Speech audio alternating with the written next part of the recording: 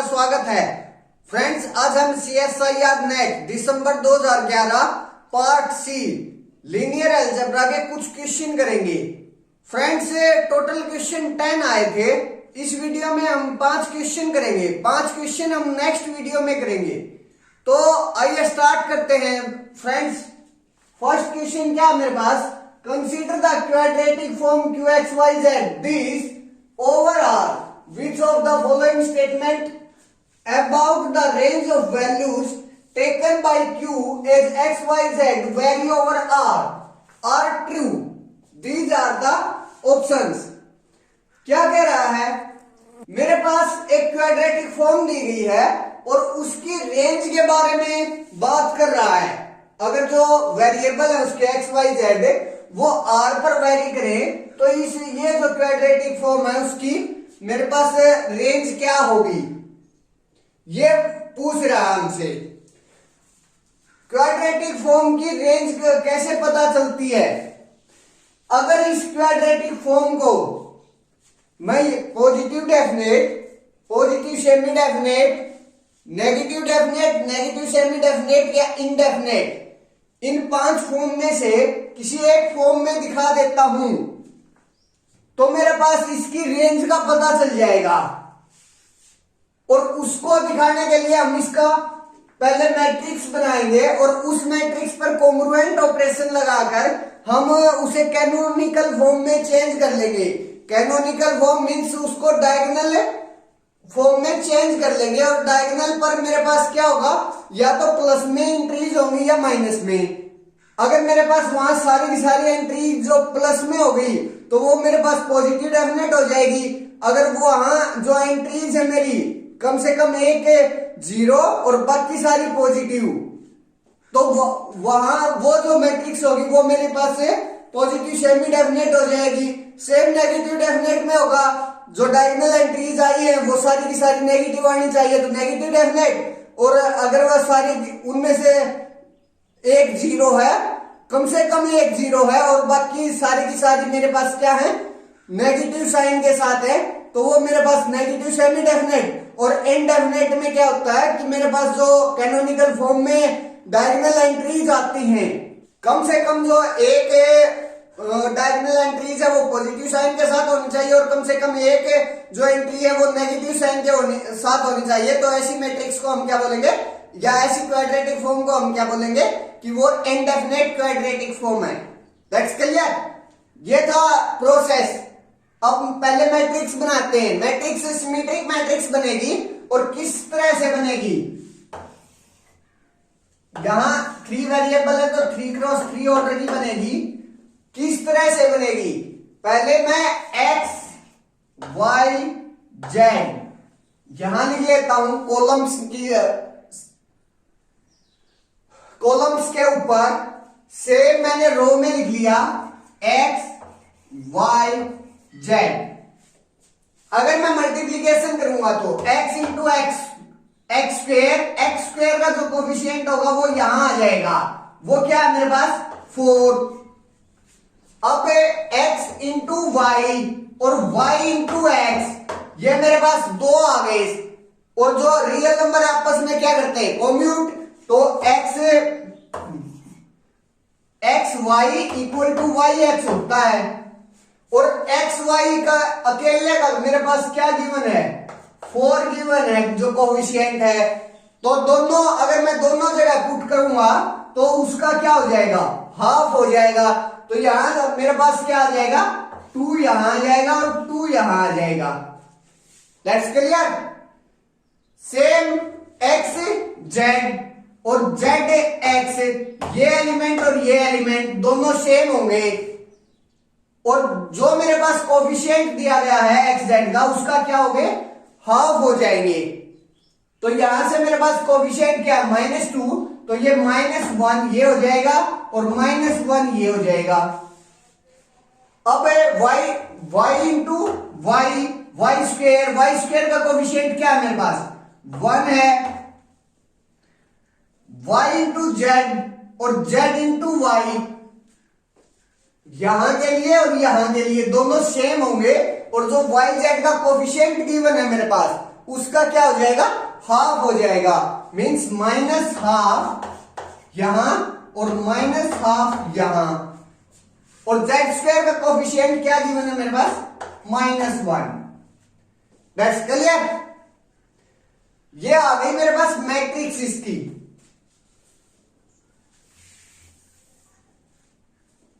अब इस पर कॉन्ग्रुएंट ऑपरेशन लगाएंगे।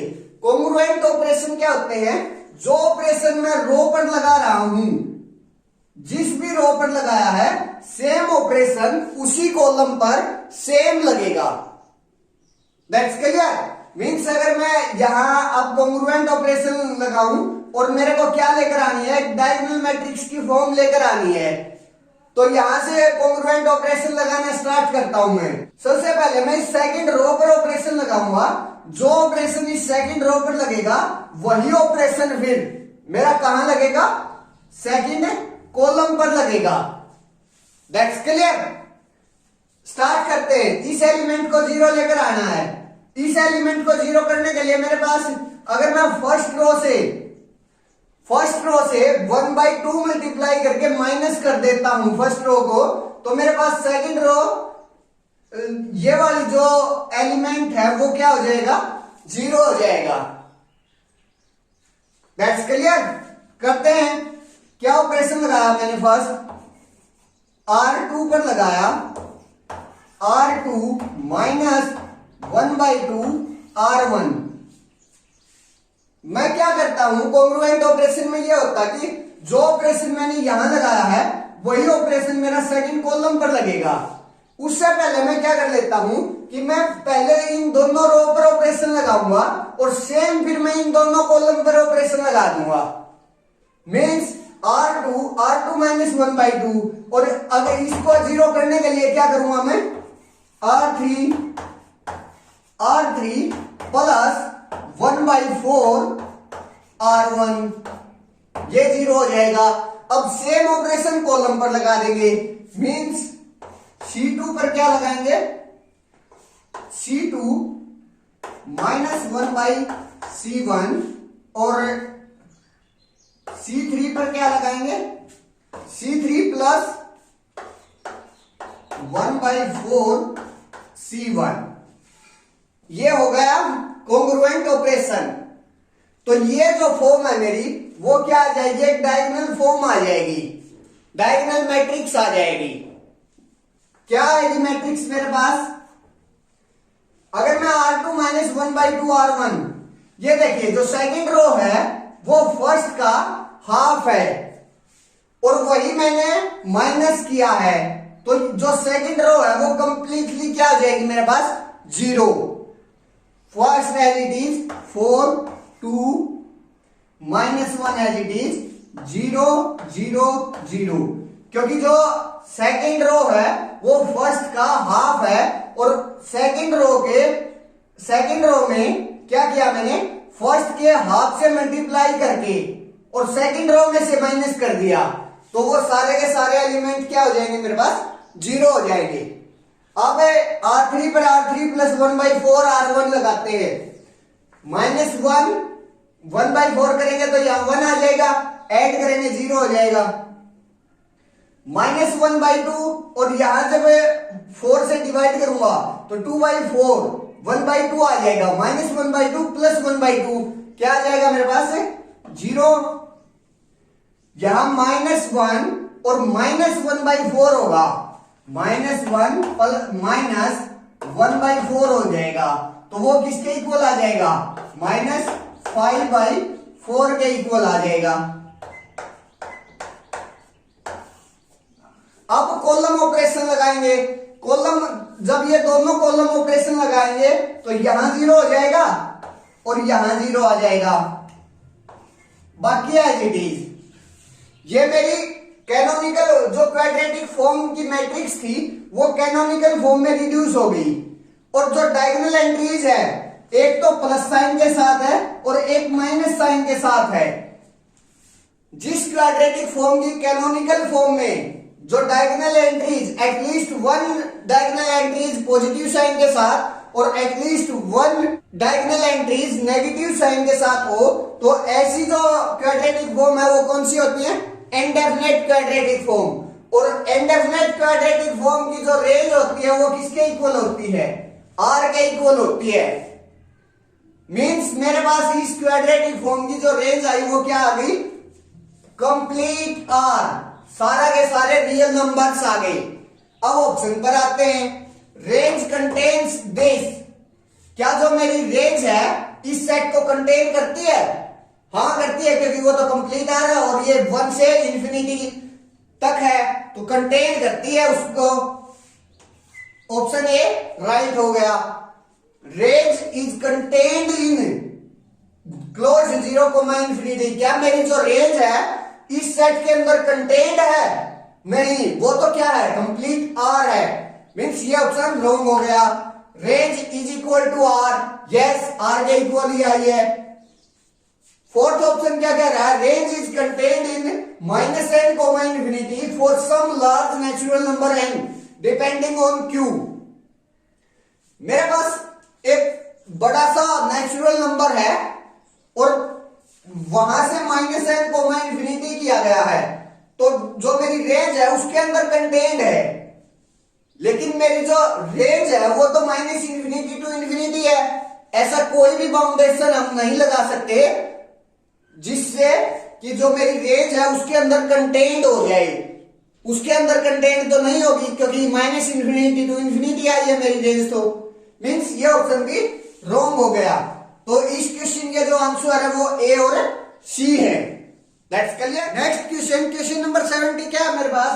Consider a matrix A equal to Aij n cross n with integer entries such that Aij equal to 0 for I greater than j and Aii equal to 1 for I equal to 1 to n.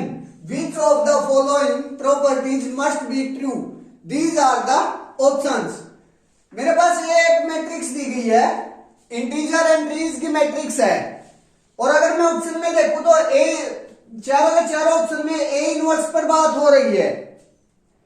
ये जो question है result based question है, direct result based question है। अगर आपको result पता है तो आप इसको इजीली हैंडल कर सकते हैं। रिजल्ट क्या है मेरे पास? इंटीजर एंट्रीज के साथ है ये, तो रिजल्ट है ए इनवर्स के पास इंटीजर एंट्रीज होंगी इफ एंड ओनली इफ जो डिटरमिनेंट है ए का वो +-1 हो, या तो 1 हो या फिर -1 हो, तब ए इनवर्स के पास इंटीजर इंक्रीज हो जाएंगी। That's clear.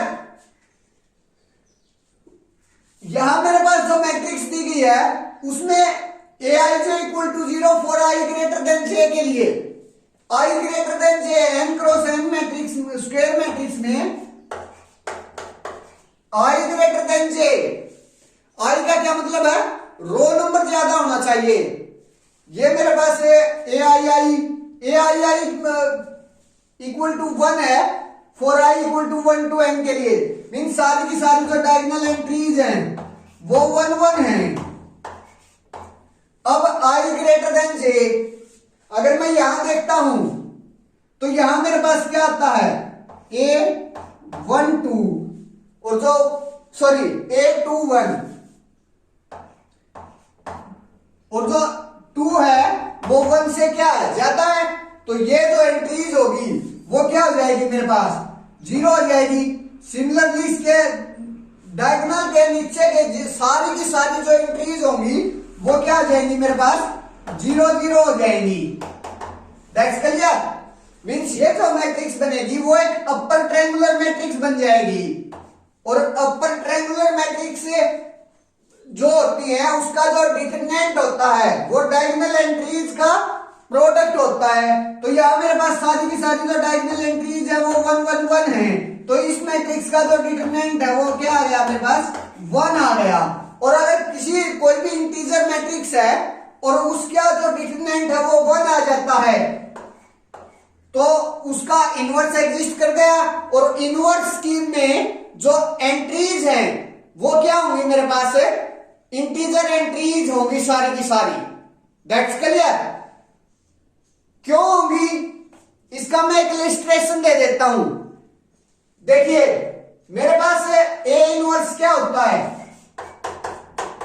Adjoint of A divide by determinant of A, और जो एडजॉइंट ऑफ ए होता है वो कोफैक्टर मैट्रिक्स का ट्रांसपोज होता है। और जो कोफैक्टर है, कोफैक्टर में मैट्रिसेस के जो एलिमेंट्स होते हैं उनकी या तो प्रोडक्ट होती है, सॉरी या तो उनकी प्रोडक्ट होती है या प्लस होता है या माइनस होता है उन एलिमेंट्स के बीच। जो मैट्रिक्स के एलिमेंट्स हैं उनके बीच या तो प्रोडक्ट होता है या प्लस होता है या माइनस होता है कोफैक्टर निकालने के लिए।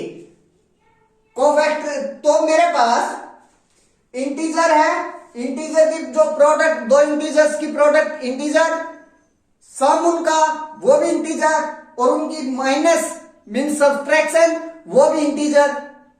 तो यहां से मेरे पास जो कोफैक्टर मैट्रिक्स होगी वो कंप्लीटली क्या आ जाएगी, इंटीजर एंट्रीज के साथ आ जाएगी।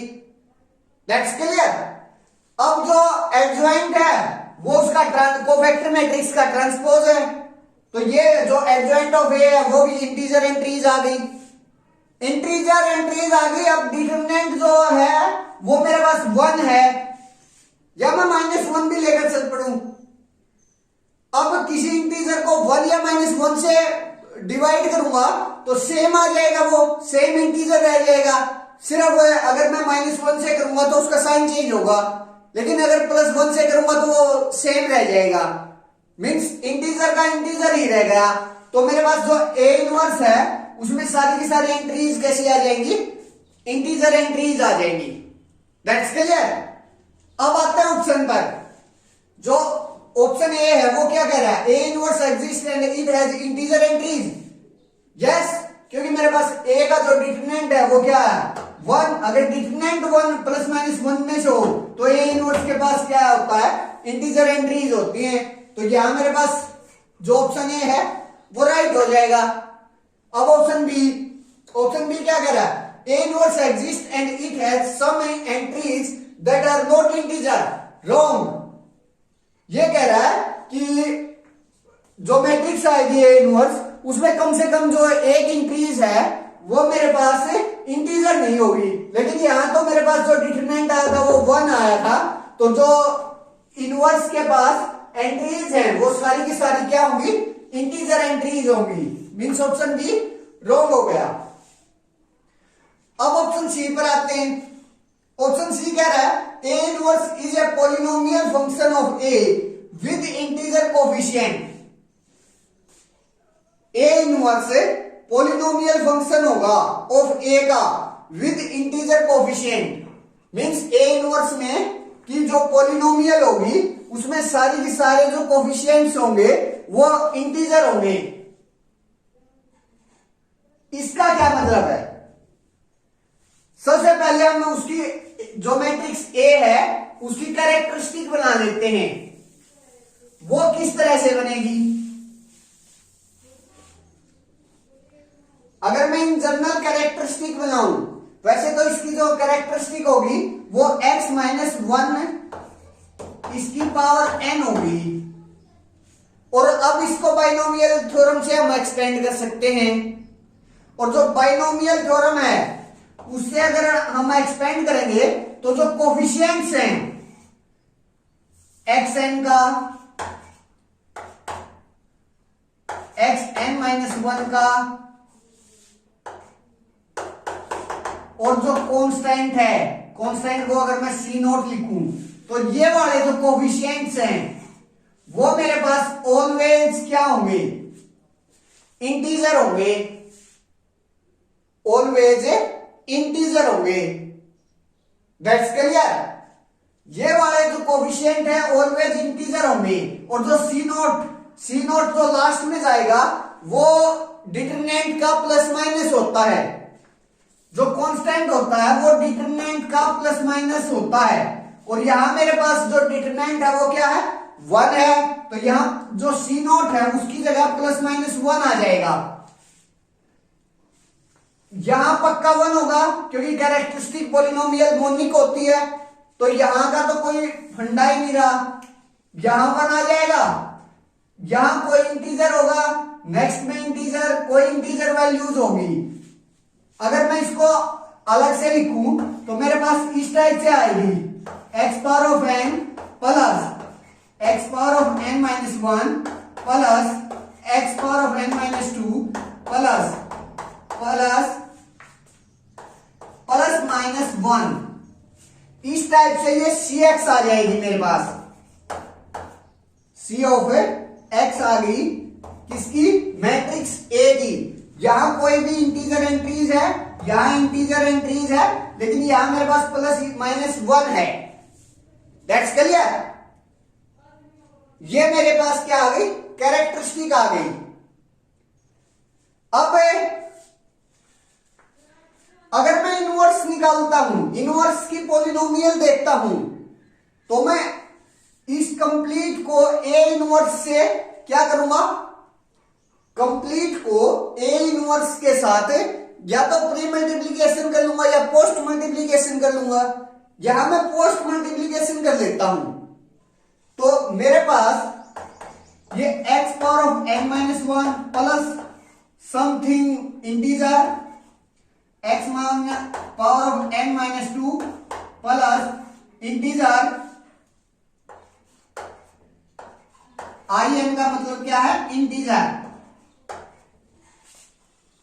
x power of n minus 3 plus plus यहां क्या आ जाएगा, प्लस माइनस a इनवर्स आ जाएगा। That's clear. अब अगर मैं प्लस माइनस a इनवर्स को, अगर ये cx है, कैरेक्टरिस्टिक पॉलिनोमियल बनाऊंगा तो इक्वल टू 0 होगा, और इक्वल टू अगर मैं 0 करूंगा और a इनवर्स को इस साइड लेकर आऊंगा तो वो या तो अगर प्लस का होगा तो माइनस का हो जाएगा, और माइनस का होगा तो प्लस का हो जाएगा, बाकी सेम एज इट इज रहेगा। और जो a इनवर्स है उसका जो कोफिशिएंट होगा वो क्या आ जाएगा, प्लस माइनस 1 के इक्वल आ जाएगा। अब इस प्लस माइनस, अगर ये माइनस 1 हुआ, कंप्लीट को हमें माइनस से मल्टीप्लाई कर देंगे बोथ साइड। अब ये जो मेरे पास कोफिशिएंट है वो तो पहले से इंटीजर चल रहे हैं, यहां a इनवर्स इस साइड आया और a इनवर्स का प्लस माइनस कोफिशिएंट था, तो वहां मेरे पास इंटीजर के डिवाइड में कुछ भी नहीं जाएगा। सिर्फ और सिर्फ अगर माइनस का होगा a इनवर्स इस साइड तो माइनस से मल्टीप्लीकेशन हो जाएगी, अदरवाइज प्लस से एज इट इज रह जाएगा। और जो ये कोफिशिएंट है वो तो पहले भी इंटीजर ही रह गए।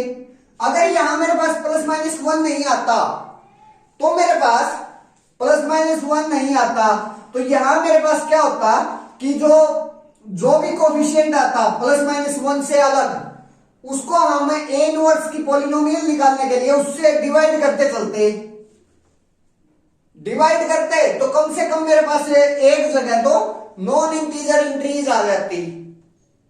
That's clear. अब यहां मेरे पास सारे के सारे जो कोफिशिएंट है वो क्या आएंगे, इंटीजर आएंगे। इंटीजर आएंगे तो ऑप्शन सी भी यही कह रहा है और ऑप्शन सी राइट हो गया।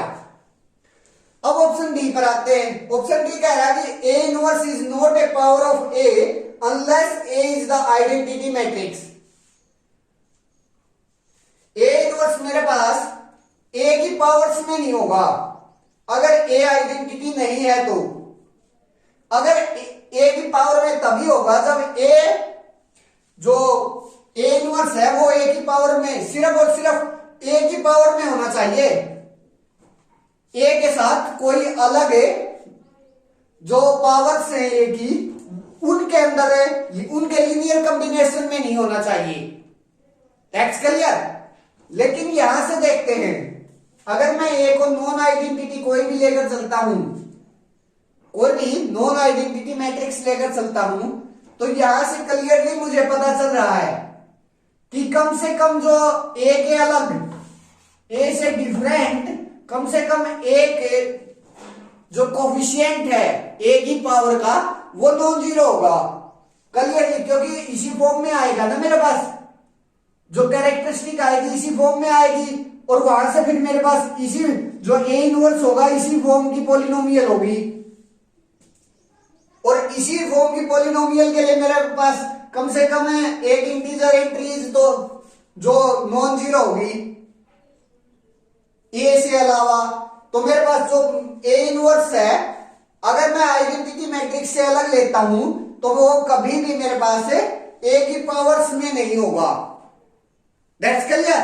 ए के साथ ही कुछ ए अकेले ए से डिफरेंट जो पावर्स है ए की उनके लीनियर कॉम्बिनेशन में होगा। लीनियर कॉम्बिनेशन में होगा तो ये जो ऑप्शन है वो राइट ऑप्शन है। ये यही कह रहा है कि A inverse not a power of A unless A is a अगर आइडेंटिटी के इक्वल आएगा तभी मेरे पास जो ए इनवर्स है ए की पावर्स में लिख सकते हैं हम उसको। That's clear. अदरवाइज हम उसको ए की पावर्स में नहीं लिख सकते। That's clear. इस क्वेश्चन के जो आंसर है ए सी और डी ऑप्शन है। नेक्स्ट क्वेश्चन, क्वेश्चन नंबर 71 क्या है मेरे पास। Let J be the 3x3 matrix, all of whose entries are 1. Then these are the options. मेरे पास J एक मैट्रिक्स दी गई है जिसकी सारी की सारी जो एंट्रीज है वो 1 है और वो 3x3 ऑर्डर की मैट्रिक्स है। J मेरे पास 1 1 1 1 1 1 1 1 1 ये मैट्रिक्स दी गई है 3x3 ऑर्डर की। देन ऑप्शंस में क्या पूछ रहा है, उसकी आइगन वैल्यूज पर बात हो रही है। वो पॉजिटिव डेफिनेट है, सेमी पॉजिटिव डेफिनेट है। यहां पॉजिटिव सेमी डेफिनेट की बात कर रहा है, यहां पॉजिटिव डेफिनेट की बात कर रहा है और यहां डायगोनलाइजेबिलिटी की बात कर रहा है। तो सबसे पहले क्या करते हैं, ऑप्शन ए पर आते हैं, इसकी आइगन वैल्यूज देख लेते हैं। मेरे पास सारी की सारी जो रोज हैं वो इक्वल है तो मेरे पास जो रैंक है जे का, rank of J equal to क्या है 1 के इक्वल है। That's clear. तो मेरे पास एक रिजल्ट होता है आइगन वैल्यूज के लिए। अगर मेरे पास n ऑर्डर की मैट्रिक्स है और उसका रैंक r है तो मेरे पास एटलीस्ट, मैं एटलीस्ट बोल रहा हूं, एग्जैक्टली नहीं बोल रहा, कम से कम n माइनस आर आइगन वैल्यू तो पक्का जीरो होंगी। हो सकता है उससे ज्यादा भी जीरो हो जाए, लेकिन ये श्योर है कि n माइनस आर जो आइगन वैल्यूज हैं वो पक्का मेरे पास क्या होंगी, जीरो के इक्वल होंगी। That's clear.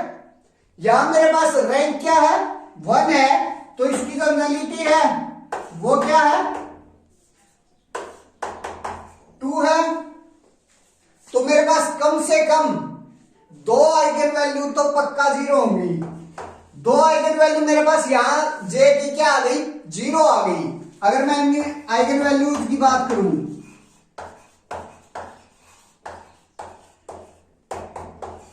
दो तो आ गई जीरो। अब सिर्फ और सिर्फ एक आइगन वैल्यू रह गई। इसकी जो ट्रेस है वो कितनी है, 3 के बराबर है। तो जो थर्ड आइगन वैल्यू है वो किसके इक्वल हो जाएगी, मेरे पास 3 के इक्वल हो जाएगी। तो जो आइगन वैल्यूज आई जे की वो 0 0 3 आ गई। अब ऑप्शन पर आते हैं। ए ऑप्शन क्या कह रहा है कि जो 0 and 3 are only eigen value of A, 0 और 3 सिर्फ और सिर्फ 0 और 3 आइगन वैल्यू होंगी ए की। हाँ 0 और 3 तो आइगन वैल्यू आई है मेरे पास ए की।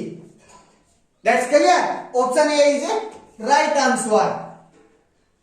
B, J is positive semi definite और जो मेरे पास डी है वो जे इज पॉजिटिव डेफिनेट। यहां मेरे पास जो आइगन वैल्यूज हैं वो 0 0 3 आई है, मीन्स एटलीस्ट 1 आइगन वैल्यू तो मेरे पास 0 है, बाकी की जो आइगन वैल्यूज है वो मेरे पास पॉजिटिव है। अगर ऐसा होता है तो ऐसी मैट्रिक्स को हम कैसी मैट्रिक्स बोलते हैं, पॉजिटिव सेमी डेफिनेट मैट्रिक्स बोलते हैं। तो ये जो मैट्रिक्स है जे वो कैसी मैट्रिक्स है, पॉजिटिव सेमी डेफिनेट मैट्रिक्स है, ना कि positive definite. Positive definite matrix होती तो जो सारी की सारी आइगन वैल्यू थी मेरी वो पॉजिटिव आनी चाहिए थी, लेकिन यहां मेरे पास दो आइगन वैल्यू जो है वो 0 के इक्वल आ रही हैं और जो बाकी है आइगन वैल्यू है वो पॉजिटिव है, तो ये जो मैट्रिक्स होगी वो क्या सी मैट्रिक्स हो जाएगी, पॉजिटिव सेमी डेफिनेट मैट्रिक्स हो जाएगी। मींस ऑप्शन बी राइट हो जाएगा, लेकिन ऑप्शन डी पॉजिटिव डेफिनेट कह रहा है, ये रॉन्ग हो जाएगा। अब ऑप्शन सी पर आते हैं। ऑप्शन सी में इसकी डायगोनलाइजेबिलिटी की बात कर रहा है कि ये जो मैट्रिक्स है वो डायगोनल मैट्रिक्स होगी, डायगोनलाइजेबल मैट्रिक्स होगी या नहीं। उसके लिए क्या करेंगे, मेरे पास जो आइगन वैल्यूज थी वो 0 0 3 थी। 3 की एल्जेब्राइक मल्टीप्लिसिटी 1 है, तो इसकी जो ज्योमेट्रिक मल्टीप्लिसिटी है वो भी 1 होगी, क्योंकि जो ज्योमेट्रिक मल्टीप्लिसिटी है वो इस तरह से होती है। Geometric multiplicity greater than equal to 1 less than equal to algebraic multiplicity होती है। यहां मेरे पास 3 की जो एल्जेब्राइक मल्टीप्लिसिटी है वो 1 है, तो उसकी जो ज्योमेट्रिक मल्टीप्लिसिटी है वो भी 1 होगी। अब बचा कौन, 0। अगर 0 की जो एल्जेब्राइक मल्टीप्लिसिटी है वो उसकी ज्योमेट्रिक मल्टीप्लिसिटी का इक्वल आ जाती है, तो मेरे पास जो j है वो क्या हो जाएगा, डायगोनलाइजेबल मैट्रिक्स हो जाएगा। क्योंकि जब मेरा am और gm सारी की सारी आइगन वैल्यूज का am और gm इक्वल होता है, तो मेरे पास जो मैट्रिक्स होती है वो डायगोनलाइजेबल हो जाती है। और ये इफ एंड ओनली इफ का केस होता है। अगर j मेरे पास डायगोनलाइजेबल है तो मेरे पास हर जो आइगन वैल्यू है उसका am और gm इक्वल होगा, और अगर am और gm इक्वल है तो वो जो मैट्रिक्स है वो मेरे पास डायगोनलाइजेबल हो जाएगी। तो यहां से मेरे पास अगर मैं सिर्फ और सिर्फ 0 का gm निकाल लेता हूं, am का मेरे को पता, उसका जो am है वो क्या है, 2 है। अब gm क्या होता है, n minus rank of a minus lambda i। n कितना है मेरे पास, 3 है, माइनस यहां मेरे पास लैम्डा क्या है, 0 है, तो ये 0 इंटू आई 0 मैट्रिक्स हो जाएगी, और a माइनस 0 आई, तो ये जो a माइनस 0 आई ये जो मैट्रिक्स आएगी वो a के बराबर आ जाएगी। तो यहां से मेरे पास, और जो रैंक ऑफ a है वो किसके बराबर है, 1 के बराबर। तो यहां से मेरे पास जो ज्योमेट्रिक मल्टीप्लिसिटी है 0 की वो क्या आ जाएगी, 3 minus rank of a। Rank of a कितना है, 1, 3 minus 1 equal to 2। Geometric multiplicity भी 2 आ गई, एल्जेब्राइक मल्टीप्लिसिटी भी 2 थी। तो मींस ये जो मैट्रिक्स है उसमें हर आइगन वैल्यू की जो एल्जेब्राइक और ज्योमेट्रिक मल्टीप्लिसिटी है सेम है, तो ये जो मैट्रिक्स है वो डायगोनलाइजेबल मैट्रिक्स है। That's clear. तो मींस ऑप्शन सी भी राइट हो जाएगा। इस क्वेश्चन के ए बी सी ऑप्शन जो है वो राइट होंगे। नेक्स्ट क्वेश्चन, क्वेश्चन नंबर 72 क्या है मेरे पास, let A B be complex n cross n matrices which of the following statements are true, these are the options. मेरे पास ए और बी कॉम्प्लेक्स मैट्रिक्स दी गई है और कुछ ऑप्शन देकर ये पूछ रहा है कि उनमें से कौन सा ट्रू है कौन सा फॉल्स है। That's clear. सबसे पहले ए ऑप्शन पर आते हैं। फिर if A B and A plus B are invertible then A inverse plus B inverse is invertible. अगर ए बी और ए प्लस बी इन्वर्टिबल है तो A inverse plus B inverse is invertible होगा, ये बोल रहा वो। प्रूव करते हैं, रिजल्ट बेस्ड क्वेश्चन है वैसे तो ये। अगर ए बी और ए प्लस बी इन्वर्टिबल होते हैं तो A inverse plus B inverse invertible हो जाता है। कैसे होता है वो प्रूव कर लेते हैं। मेरे पास ए इन्वर्टिबल है तो ए इनवर्स एग्जिस्ट करेगा और वो भी इन्वर्टिबल होगा। बी इन्वर्टिबल है तो बी इनवर्स एग्जिस्ट करेगा और वो भी इन्वर्टिबल होगा। ए प्लस बी इन्वर्टिबल है, ये तीनों के तीनों मेरे पास इन्वर्टिबल है, तो मींस इनका जो डिटरमिनेंट है वो नॉन जीरो है।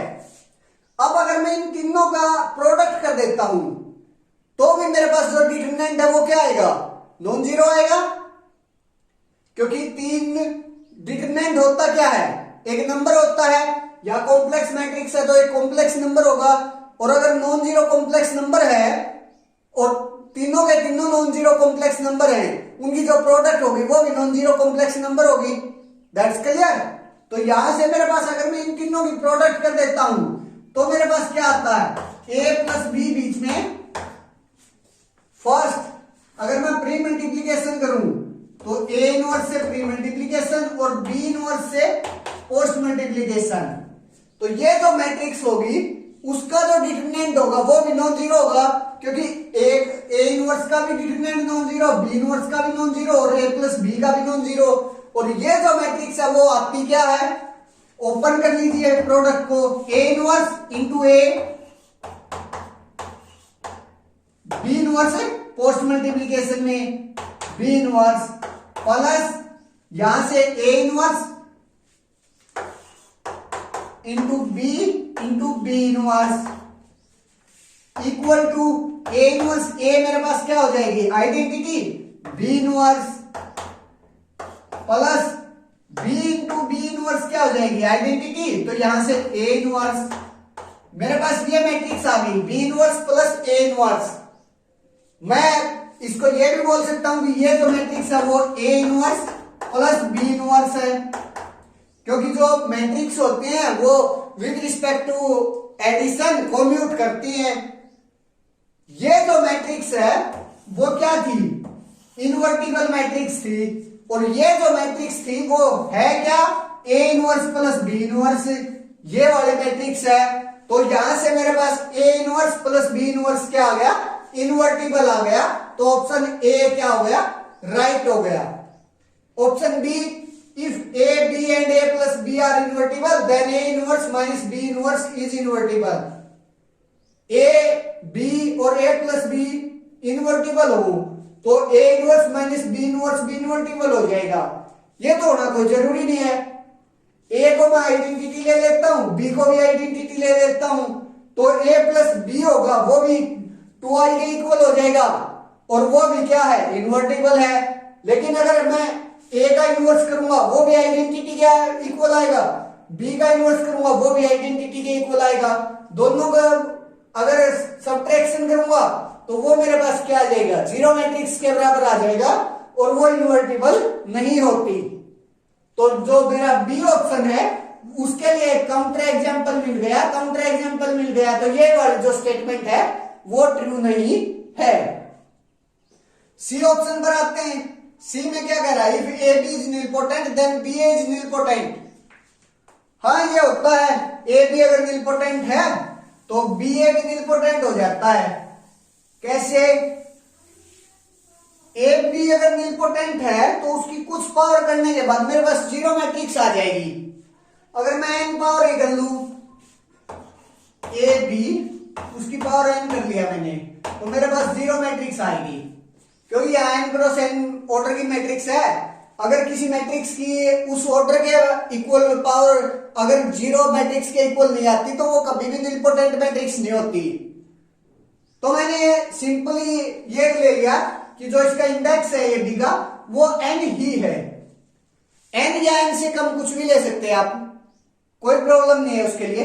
अब मेरे को प्रूव करना है कि बी ए बी निलपोटेंट होगा, ए बी की पावर एन है, तो ये क्या है मेरे पास A B A B A B, इसी तरह एन टाइम्स ए बी है, तब जाकर नल मैट्रिक्स आया था। अब अगर मैं इसमें b से प्री मल्टीप्लाई कर देता हूं तो मेरे पास क्या आ जाएगा, अगर मैंने b से प्री मल्टीप्लाई कर दिया तो यहां से मेरे पास b a b a b a और b a, similarly b a और b equal to b into null आ गया, यहां सॉरी हाँ B A B A B A ये आ गया मेरे पास, और बी इंटू नल, ये जो मैट्रिक्स है वो क्या होगी, सॉरी यहां एक बी और आएगा, ये वाला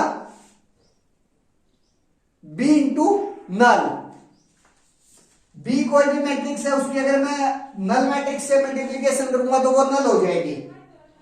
अब बी से पहले प्री मल्टीप्लीकेशन किया था, अब ए से हम क्या कर देते हैं, पोस्ट मल्टीप्लीकेशन कर देते हैं, तो यहां मेरे पास ए आ जाएगा और इंटू में ए यहां हो जाएगा, और ए कोई भी मैट्रिक्स है उसकी नल मैट्रिक्स से प्रोडक्ट नल आ जाएगा। तो ये अब मेरे पास क्या आ गया, B A B A B A B A B A और B A equal to null आ गया। और ये टोटल कितने बी ए हुए, यहां मेरे पास n थे, एक बी और एक ए की मल्टीप्लीकेशन और आ गई, मींस एक ए बी की मल्टीप्लीकेशन और आ गई, तो ये जो बी ए हुए वो कितने हो गए, n+1 हो गई। मींस यहां से मेरे पास ए बी सॉरी बी ए उसकी पावर n+1 इक्वल टू क्या आ गया, नल आ गया।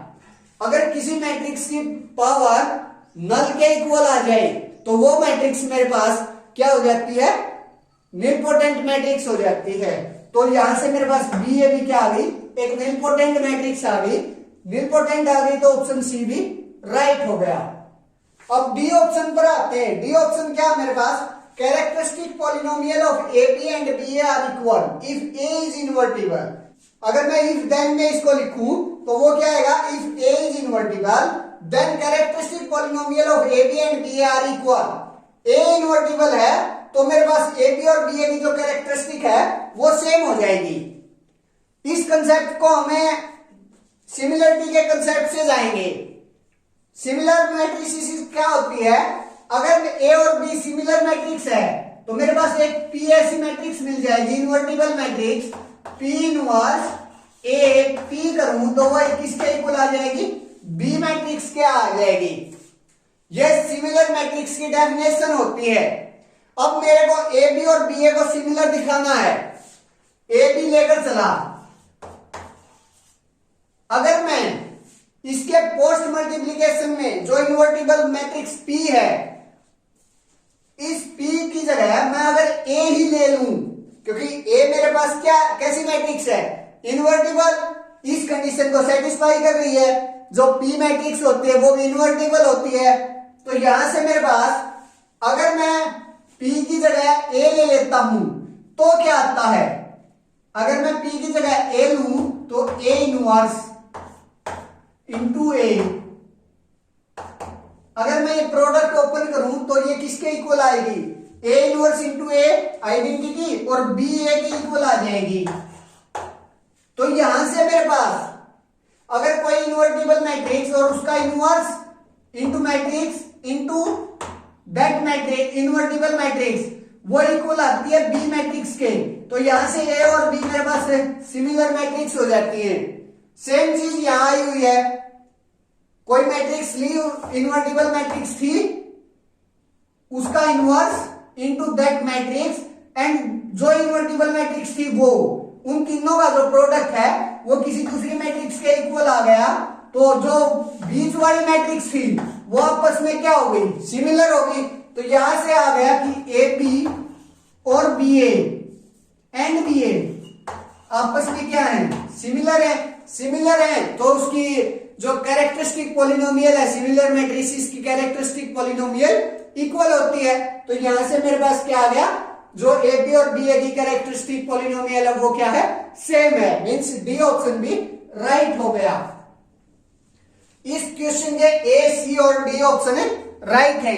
नेक्स्ट क्वेश्चन, क्वेश्चन नंबर 73 क्या है मेरे पास, let omega be a complex number such that omega cube equal to 1 but omega not equal to 1।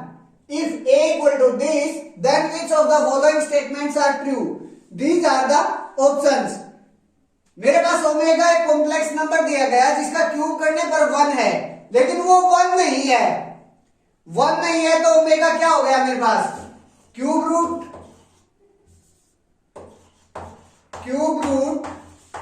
Of unity, that's it.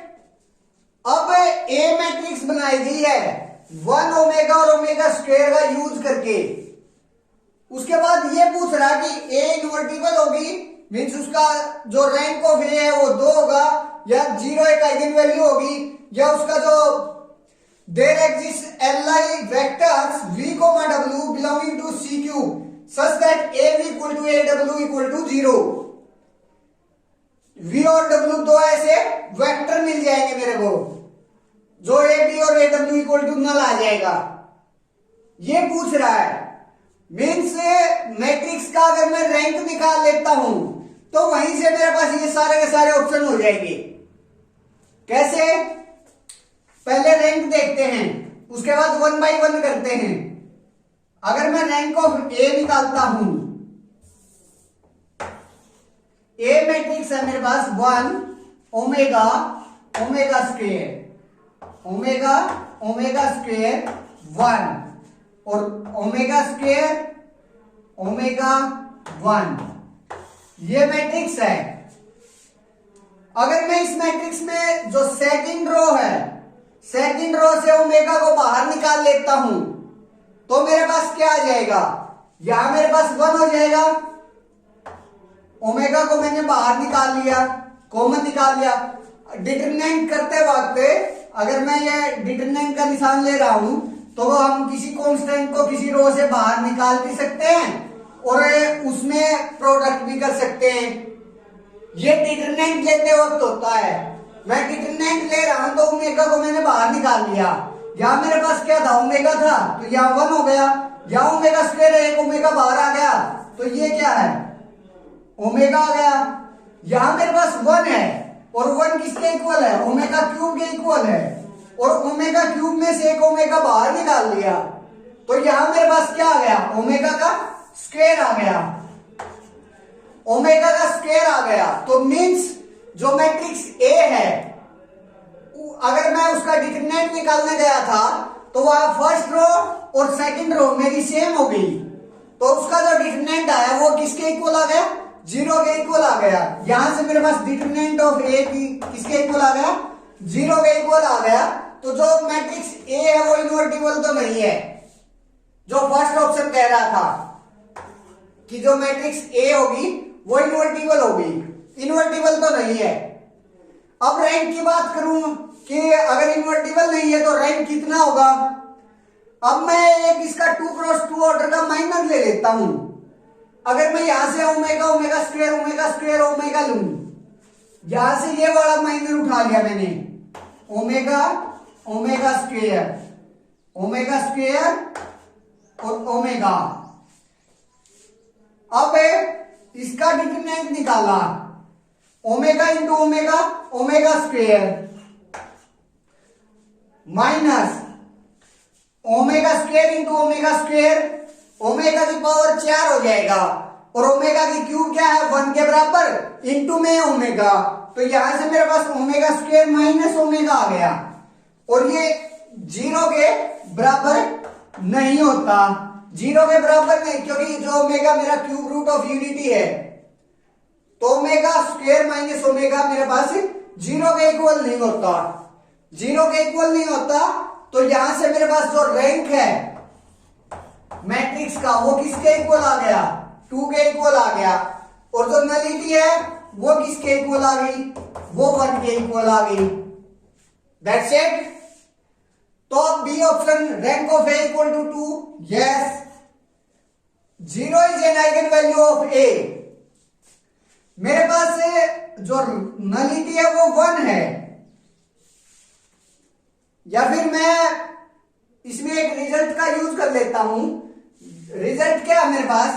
अगर किसी मैट्रिक्स का रैंक n है, सॉरी किसी मैट्रिक्स का ऑर्डर n है, रैंक r है, तो उस मैट्रिक्स के पास कम से कम at least n minus r eigen value 0 होगी पक्का।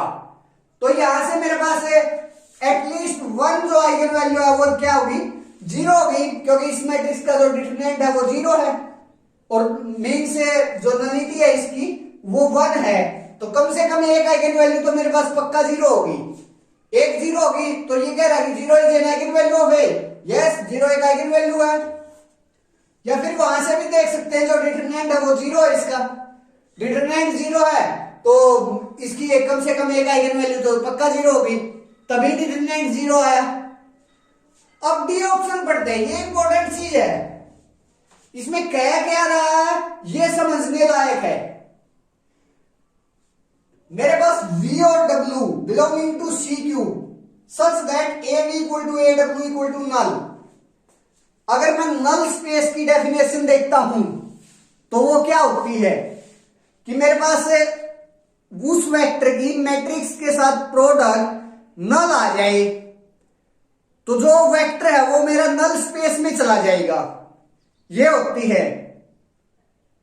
यहां भी मेरे पास V और W दो वेक्टर हैं और उनकी मैट्रिक्स A के साथ जो प्रोडक्ट है वो क्या आ रही है, नल आ रही है। मींस जो V और W है वो नल स्पेस में चले गई, नल स्पेस में चले गए तो मींस जो डायमेंशन है नल स्पेस की, यहां से वो ये बता रहा है कि जो नल स्पेस की डायमेंशन है मींस जो नलिटी है वो क्या है मेरे पास 2 हो गई।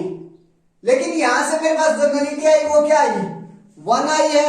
तो मेरे पास ऐसे V और W जो Li वेक्टर्स हैं ऐसे नहीं मिलेंगे कि AV और AW दोनों का दोनों नल के इक्वल आ जाए।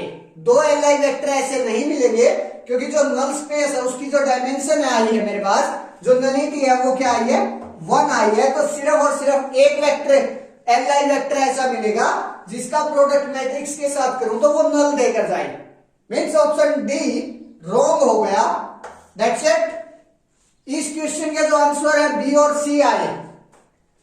आज की इस वीडियो में हम 5 क्वेश्चन ही करेंगे, टोटल 10 क्वेश्चन आए थे दिसंबर 2011 में लीनियर अलजेब्रा के पार्ट सी में।